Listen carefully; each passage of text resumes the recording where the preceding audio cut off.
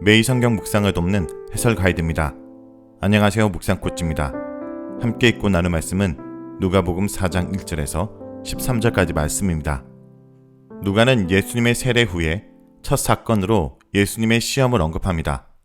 두 사건은 서로 밀접하게 연관되어 있습니다. 예수님께서 세례를 받으실 때 그는 하나님의 아들로 인정되었는데 마귀는 그의 아들 되심에 정면으로 도전하며 그를 유혹합니다. 먼저 1절 읽겠습니다. 예수께서 성령의 충만함을 입어 요단강에서 돌아오사 강야에서 40일 동안 성령에게 이끌리시며. 1절은 예수님께서 시험을 받게 되는 배경입니다. 예수님께서 당하신 시험은 근본적으로 하나님의 아들로서 그의 정체성과 결부됩니다. 첫 번째 시험과 세 번째 시험에서 마귀는 만일 내가 하나님의 아들이라면 이라고 유혹합니다. 그리고 두 번째 시험에서 마귀는 세상 모든 나라의 권세와 영광과 관련하여 유혹하고 있습니다. 예수님께서 세례를 받으실 때 그는 하나님의 아들로 인정받으셨는데 마귀는 그것을 부인하며 계속적으로 도전합니다. 그러므로 예수님의 시험은 하나님의 아들로서 그의 정체성에 대한 도전입니다. 1절은 예수님께서 시험 받으신 이야기의 프롤로그입니다. 예수님께서 마귀에게 시험 받으시기 전의 상황을 두 가지로 요약합니다. 그는 성령으로 가득한 상태에서 강야로 오셨습니다. 그는 강야에서 성령의 인도함을 받으셨습니다. 1절에서 언급한 성령의 충만함은 성령의 지속적인 임재를 말하는데 시몬의 경우와 유사합니다. 두 경우 모두 성령의 임재 속에 성령의 인도를 언급합니다. 본절과 동일한 표현이 사도행전에서 스데반, 바나바의 경우에도 나타납니다. 요단강에서 돌아오사라는 표현은 예수님의 세례 사건을 상기시킵니다. 예수님은 세례 받으실 때 하나님의 아들로 확증을 받고 강야로 오셨습니다. 1절에서 강야는 사역을 준비하는 적당한 장소입니다. 요한도 공적 사역을 준비하면서 강야에 머물렀습니다. 성령에 이끌리셨다라는 표현은 성령 안에서 지속적으로 인도되셨다라는 뜻입니다. 여기서 사용된 성령 안에서라는 어구는 2장 27절에도 나옵니다. 예수님께서 성령으로 가득한 상태에서 강야로 오셔서 성령에 의하여 지속적으로 인도되셨습니다. 그리고 이 상태에서 마귀에게 시험을 받으셨습니다. 다음은 2절에서 4절 읽겠습니다. 마귀에게 시험을 받으시더라.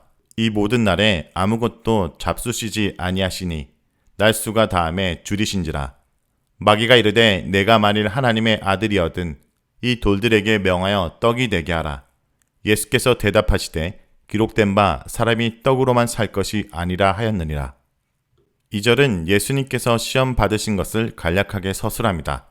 시험하는 자는 마귀인데 구약의 욥의 경우와 비슷합니다. 마귀의 시험은 그 대상을 유혹하여 넘어지게 하는 것이 목적입니다. 40일 동안은 이스라엘의 강야 40년을 연상케 합니다. 누가복음에서는 성령에 대한 언급이 두드러지게 나타납니다. 요한, 엘리사벳, 사가랴는 성령에 의해 전적으로 압도된 사람들로 언급됩니다. 시몬과 관련하여 성령의 임재, 성령의 계시, 성령의 인도를 언급합니다. 예수님의 탄생이나 행적들도 성령과 연관시킵니다. 또한 구하는 자에게 성령을 주실 것이라고 언급하여 마태복음과 대조합니다. 본문에서도 성령 충만과 성령의 인도를 언급하는데 성령 안에서 시험의 승리를 예견하게 됩니다. 2절에서 4절은 첫 번째 시험이 본격적으로 언급됩니다. 예수님께서 받으신 첫 번째 시험은 그의 필요와 밀접하게 관련되어 있었습니다. 예수님께서 40일을 금식하시고 줄이신 상태에서 마귀는 그의 정체성을 혼란케 하며 도전하였습니다. 2절은 예수님의 필요에 대한 언급입니다. 예수님께서 40일을 금식하셔서 극도로 굶주린 형편이었습니다. 3절은 마귀의 도전입니다. 만약 내가 하나님의 아들이라면 너는 이 돌에게 떡이 되라 명하라. 마귀는 하나님의 아들의 관심을 그의 필요를 채우는 방향으로 이끌어가고자 합니다. 4절은 예수님의 대답입니다. 사람이 빵으로만 사는 것이 아니다. 이 구절은 신명기 8장 3절의 인용입니다.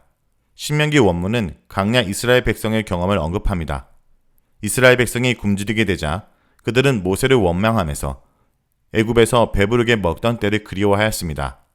그들은 줄인 상태에서 하나님의 백성으로서의 정체성을 상실하고 애굽에서 종살이하던 시절을 좋게 회상했습니다.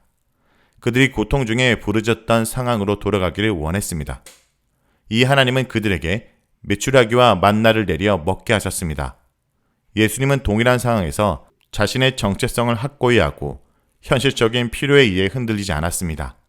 그리고 하나님 말씀에 근거하여 마귀의 시험을 극복하셨습니다. 다음은 5절에서 8절에 있겠습니다. 마귀가 또 예수를 이끌고 올라가서 순식간에 천하만국을 보이며 이르되 이 모든 권위와 그 영광을 내가 네게 주리라. 이것은 내게 넘겨준 것이므로 내가 원하는 자에게 주노라. 그러므로 내가 만일 내게 절하면 다 내 것이 되리라. 예수께서 대답하여 이르시되 기록된 바 주 너의 하나님께 경배하고 다만 그를 섬기라 하였느니라. 5절에서 8절은 두 번째 시험입니다.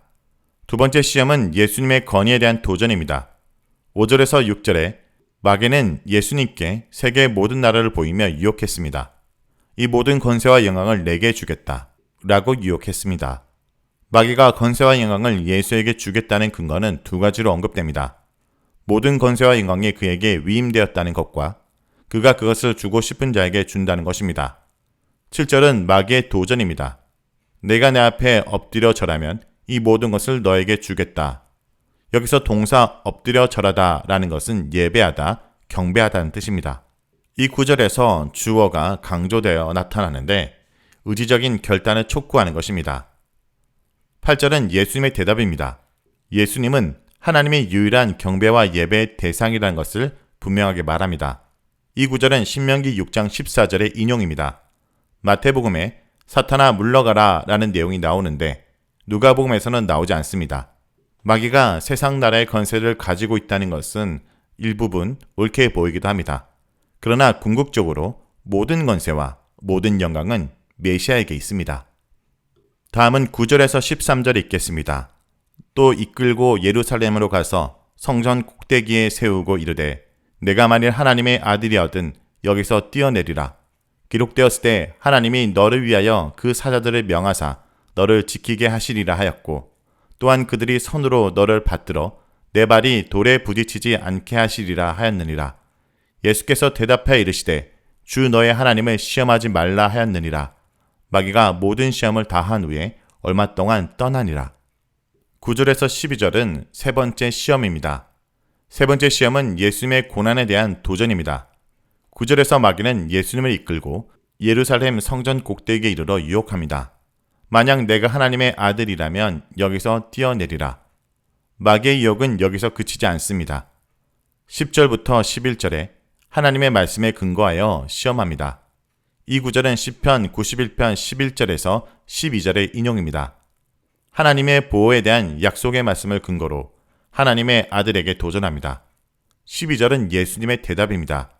주 너의 하나님을 시험하지 말라.